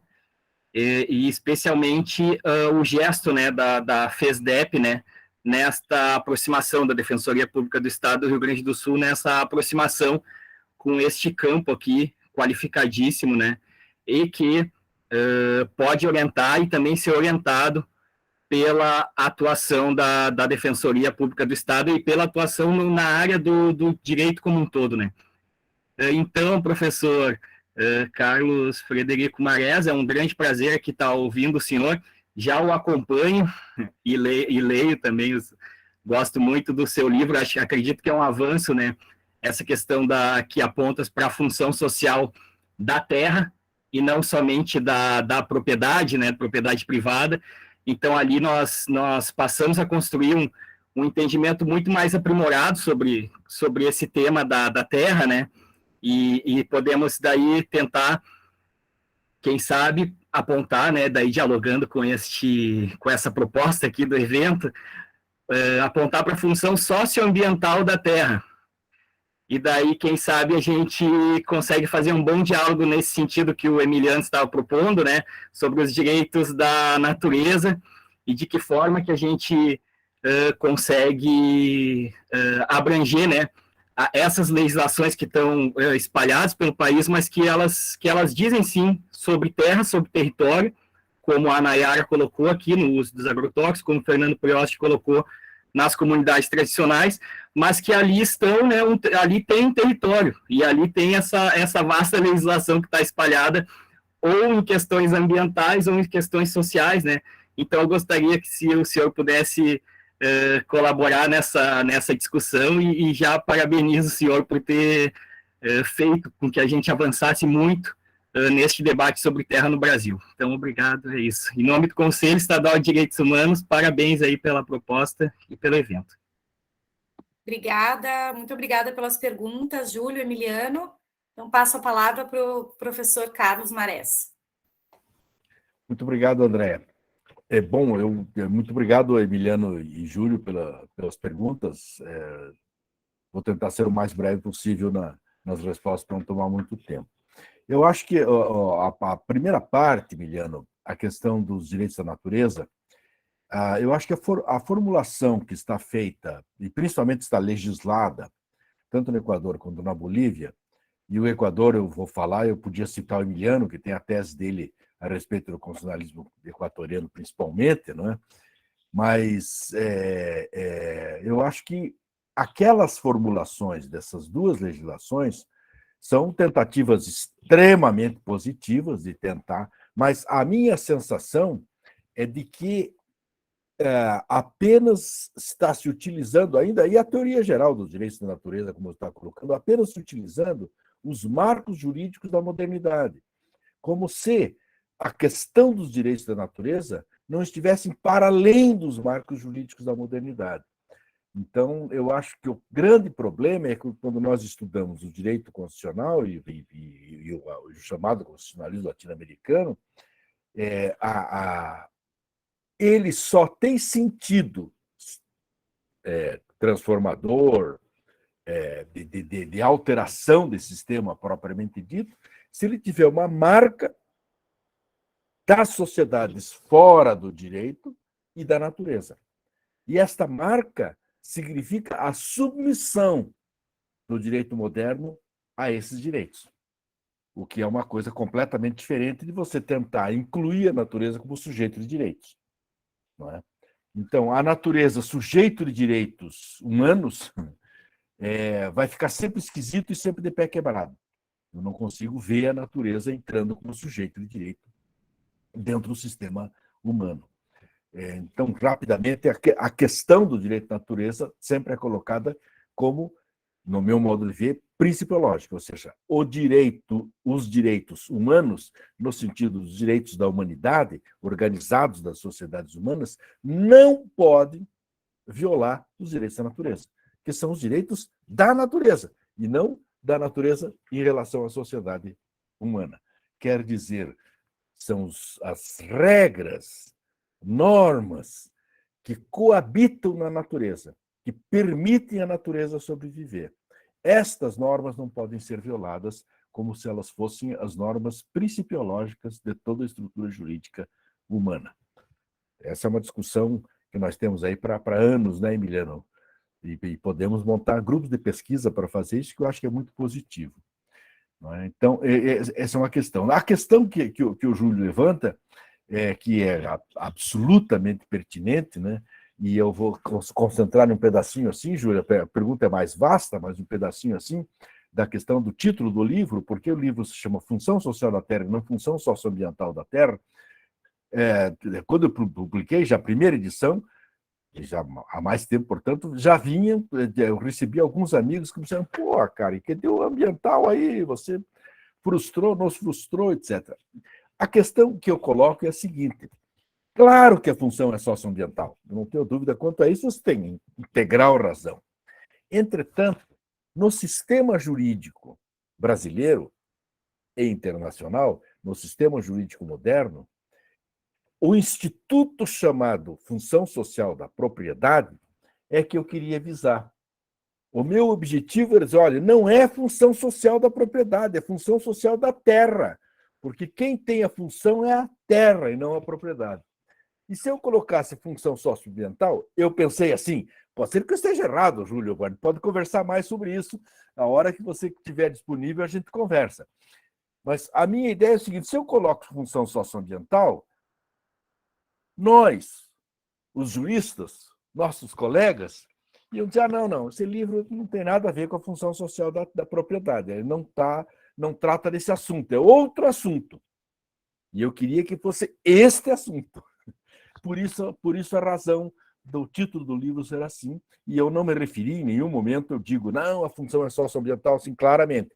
Mas quem lê o livro vê que é isso mesmo, não é?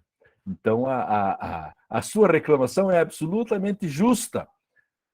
Só que como você, que é um pensador do direito, que vê os pensadores mais tradicionalistas e mais dogmáticos e ortodoxos, iam achar que o meu livro não trata disso. Trata de outra coisa, completamente diferente. Mas você tem razão. Obrigada, professor. Não sei, a doutora Nayara, o doutor Fernando querem acrescentar alguma coisa, já que o Júlio fez uma pergunta para todos? Não? Tá. Então, eu passo a palavra ao Marco Carvalho, que também levantou a mão para fazer a pergunta. Marco? Bom dia. Estamos sem o áudio, Marco. Bom dia a todos. Bom dia. Eu queria cumprimentar um sujeito que eu leio há muito tempo e cumprimentando a ele, cumprimentar a todos, que é o professor Carlos Marés, e o faço com muito prazer, e ainda mais nesse ano que é o centenário de gente tão importante, eu cito por todos também o professor Darcy Ribeiro, né? A quem eu também tive a honra de conhecer. Eu queria fazer uma pergunta para a doutora Nayara, e baseado naquilo que o professor Carlos Marés acabou de dizer. Doutora, queria que a senhora falasse um pouco da sua dificuldade de trabalho com o sistema jurídico tão voltado para o humano, e no nosso caso, né, de um país periférico tão atrasado, que preso, colonial, como que a senhora trabalha esse tema, né? E colocando uma coisa que a senhora colocou, né? Supondo que a educação é negada para o nosso povo, e a senhora trabalha com as comunidades diante do sofrimento delas, como é que é o papel do jurista popular nessa área, para lidar com os juristas com aquela cabeça lá que é a lei, a lei, a lei, né? E como diz o professor Carlos Marés, que só não admite direitos da natureza, mas tudo em função do ser humano. E como é que fica isso? E como é que fica? Qual é a dificuldade de trabalhar esse tema, né, sem estar dentro do sistema, né? Eu dou um exemplo. Outro dia me chamaram para participar de uma roda sobre economia de Francisco, que é uma coisa que o Papa Francisco... E eu vi que muitos dos debatedores ali queriam tratar dessa economia dentro dessa economia capitalista. Eu digo, olha, não tem jeito, vamos ficar dando volta. Então, é mais ou menos isso que eu estou perguntando para a senhora. Muito obrigado. Obrigado também ao Fernando pela bela exposição, viu, gente? Foi demais aí. Obrigada, Marco, pela sua contribuição e a sua pergunta. Doutora Nayara, passo a palavra. Obrigada, Marco. Fiquei feliz com a tua questão, porque eu acho que ela é bem interessante para a gente que atua no sistema de justiça, em especial para os advogados e advogadas populares. Porque eu acho que a chave da resposta, ela está no sentido de uma versatilidade prática e profissional que a gente tem que ter, e de uma atuação tática e estratégica. A gente está falando assim, né? Comecei a fala até falando do capitalismo estrutural, dependente, a questão agrária brasileira. Não é isso que a gente trata exatamente no sistema de justiça na atuação tática. Eu acho que a gente consegue tangenciar isso, assim, de uma forma muito... A resposta do professor Marés foi bem interessante em relação ao que ele queria atingir quando ele decidiu pelo nome do livro, né? Assim, qual era o público que ele queria dialogar, quem que ele gostaria que lesse o livro. Eu acho que é um pouco essa a análise tática que a gente faz toda vez que vai litigar. Primeiro, porque eu acho que o professor Marés ajuda a gente na resposta, né? Mas no sentido de que os direitos da natureza não estão colocados ainda, né? A gente não percebe, enfim, não tem essa absorção, talvez a gente nem queira que tenha, não sei. Acho que esse é um outro debate aí, né, professor Marés, no sentido da domesticação. Mas quando a gente litiga, por exemplo, nesse tema dos agrotóxicos, na arena judicial, a gente percebe que o que pega, o Emiliano sabe bem disso, ali está aí, Júlio também, é o econômico. Assim, então, na pulverização aérea, por exemplo, né, outros temas, não, mas vai acabar com o desemprego dos aviadores agrícolas, né, com o emprego dos aviadores agrícolas de agrotóxicos, ou não tem como, vai ficar muito caro, né, e a gente tem que ir para um embate econômico dentro desse sistema capitalista, entendendo e contra-argumentando taticamente sobre isso, assim, entrar sobre uma seara de direitos da natureza nesse tema, não, ainda está muito focado ou nos direitos humanos, ainda quando tem direitos humanos, mas especialmente num recorte econômico. Agora, é diferente quando a gente vai fazer uma atuação em outros temas, né? Quando a gente vai abrir o outro pezinho lá da assessoria jurídica popular, que é justamente a educação popular, aí sim, não tem como não falar disso, ou falar simplesmente que litigar num aspecto econômico vai resolver as questões. Não, elas são muito mais profundas e estruturais, né? Então, eu acho que essa é um pouco a dificuldade, ou até uma beleza, assim, da assessoria jurídica popular, né, que é no sentido de uma percepção das visões em várias escalas e da atuação em várias escalas e com diferentes setores, né, seja com as comunidades, com a mídia, com a sociedade em geral, com a comunicação, com outros juristas, ou dentro do sistema de justiça. Então, eu diria isso, né, que tem que ter, por isso que eu acho que nesses casos emblemáticos é tão importante esse planejamento do caso, né, a médio, curto, que ações vão ser, enfim, interessantes nesse caso, como que se faz pressão, como que não faz, às vezes é melhor ter pressão, às vezes não é, enfim, né, uma análise cuidadosa é bem interessante. E aí, eu vou terminar com professor Marés, vou lembrar aqui de uma um episódio bem interessante, que o professor Marés foi sustentar, representando a Terra Direitos, a Associação Nacional de Pequenos Agricultores, nas ADIs do Código Florestal, foi fazer sustentação oral no STF.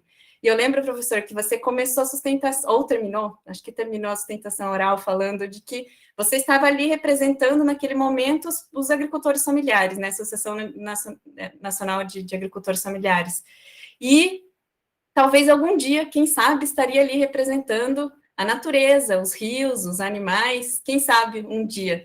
Mas nesse momento não era possível, né? E o debate que foi feito ali, naquele momento, né, perante o STF, foi justamente qual é o impacto das mudanças do Código Florestal em relação aos agricultores familiares. Isso é uma análise tática, né? Embora se tenha anunciado ali, o professor tenha anunciado uma atuação estratégica. Obrigada, então, doutora Nayara. Então, como já estamos com a hora um pouco avançada, eu gostaria que o professor Marés, professor Fernando Prioste e a doutora Nayara fizessem umas considerações breves finais, né? Já se despedindo aí do nosso seminário nessa manhã de domingo. Professor Carlos Marés? Muito obrigado, Andréia. Eu apenas agradeço, e agradeço muito o convite, a participação. Ao falar com o Emiliano tinha me pedido para falar no sábado, não é?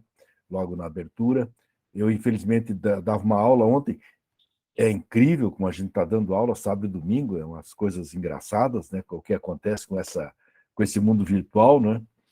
Mas eu agradeço muito o convite e me coloco à disposição, evidentemente, para todo debate, individual ou coletivamente. Muito obrigado pelo convite e meus parabéns pela formulação das questões e do seminário. Muito obrigado. Muito obrigado, professor. O prazer foi todo nosso. Obrigada mesmo. Um abraço para o senhor. Doutora Nayara Bittencourt, por favor. Não, eu gostaria somente de agradecer também, e especialmente pelo debate, pelas questões, mas também por compartilhar um pouco dessa manhã de domingo, aprender um pouco mais, sair um pouco mais esperta daqui hoje, por ter escutado também os colegas companheiros de luta. Obrigada, Nayara. Nós que agradecemos também. O doutor Fernando Prioste, por favor. Também agradecer e parabenizar pela atividade, né? Todos e todas estamos aqui na manhã de domingo discutindo esse tema. E trazer uma breve última reflexão. Eu acho que todos nós que operamos o direito temos muito a aprender com esses sujeitos coletivos que estão por aí, né? Principalmente nós, homens brancos. E, sem exceção, no judiciário, na advocacia, na defensoria pública, nos ministérios públicos, temos muito a aprender. E tem eu acho, algo novo no cenário acontecendo, que já devia ter acontecido há muito tempo, e que tem relação com as turmas do Pronera, né? As turmas do Pronera são turmas que, por uma política, inclusive da luta social e política dos movimentos sociais populares, principalmente do MST, diversas universidades, acho que foram 6 turmas de direito em universidades públicas, né, que se formaram desde 2012, a primeira que se formou em Goiás, a penúltima foi aqui na Universidade Federal do Paraná, e a última, salvo engano, foi na Bahia agora, né? E são turmas dedicadas a agricultores e agricultoras familiares, representações de povos e comunidades tradicionais, e eu acredito que nesse cenário em que a gente está discutindo, inclusive sobre natureza, talvez é o que tem de mais novo, que são esses atores e atrizes tomando parte de forma ativa, não mais como objeto do direito, mas como pessoas que estão nessa atuação de forma encabeçando o processo, né? Eu acho que esse é um movimento que está acontecendo agora, que eu acho que no futuro a gente vai olhar para hoje e vai dizer aquilo ali fez diferença, né? Na história do Petar, eu tenho a honra de trabalhar junto com a Rafaela, que é filha do Oswaldo, que é uma liderança quilombola ali da região, que se formou na turma do Pronera, é quilombola de Porto Velho, é afetada pela concessão do Petar e atua juridicamente nessa questão. Eu não tenho dúvida que isso faz total diferença e que nós, principalmente homens brancos, não temos a capacidade que ela vai ter de atuar nesse tipo de situação. Então, acho que é algo que a gente prestar atenção para o futuro. Obrigado.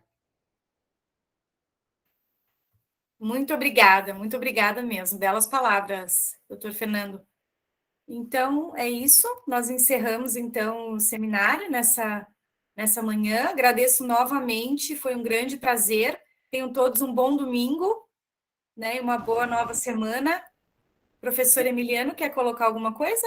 Não, só esse agradecimento geral e relembrar a todos, né, que teremos nossa mesa de encerramento do seminário hoje às 14 horas, tratando, né, sobre a questão da emergência climática e o panorama, né, que vem se avizinhando no contexto do judiciário brasileiro e, inclusive, nessa semana, né, que foi uma das pautas, né, no Supremo. Então, está muito legal também a mesa de encerramento. Contamos com vocês e nos vemos à tarde. Obrigada, até às 14, então. Tchau, tchau, pessoal. Tchau, obrigado, bom domingo, até.